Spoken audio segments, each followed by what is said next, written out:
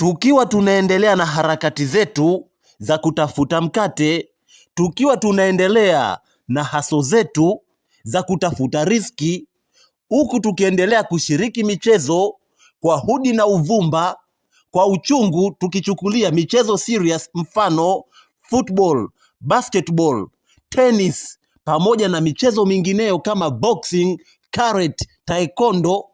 Mswaks, nina taarifa nzuri, taarifa ya matumaini kwa vijana wanaopenda nafasi za vyombo vya ulinzi.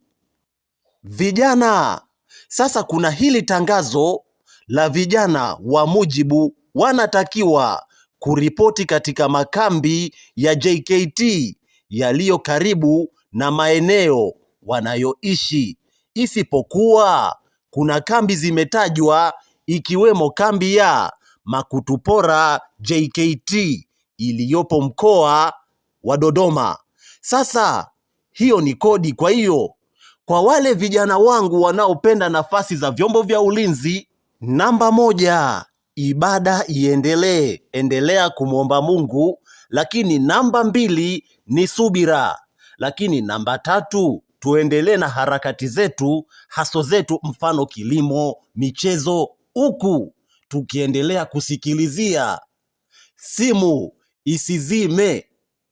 Kwa vijana wanaopenda nafasi za jeshi la polisi, huu ni muda wa kununua rimpepa, kuwa na karatasi ndani, mfano karatasi nyeupe, ili hata nafasi ikitoka usiku, wewe haina haja ya kusubiri asubuhi uende stationari ukanunue karatasi. Wewe usiku huo huo ukiona mfano kwenye page ya jeshi la polisi, page official, tangazo limetoka, muda huo huo sifa wepesi ni kuandika barua na kuattach kwenye ile recruitment portal yao kulingana na maelekezo mamlaka watakayotoa. Kwa hiyo sio dhambi ukawa na rimpepa, lakini pia sio dhambi ukawa unajulia hali watu. Tuma message, kiongozi wangu umeamkaje? Unaendeleaje? Mzima wewe? Afya yako vipi? Vitu kama hivyo ni vizuri kusalimia wakubwa wetu. Nikutakie kila la heri.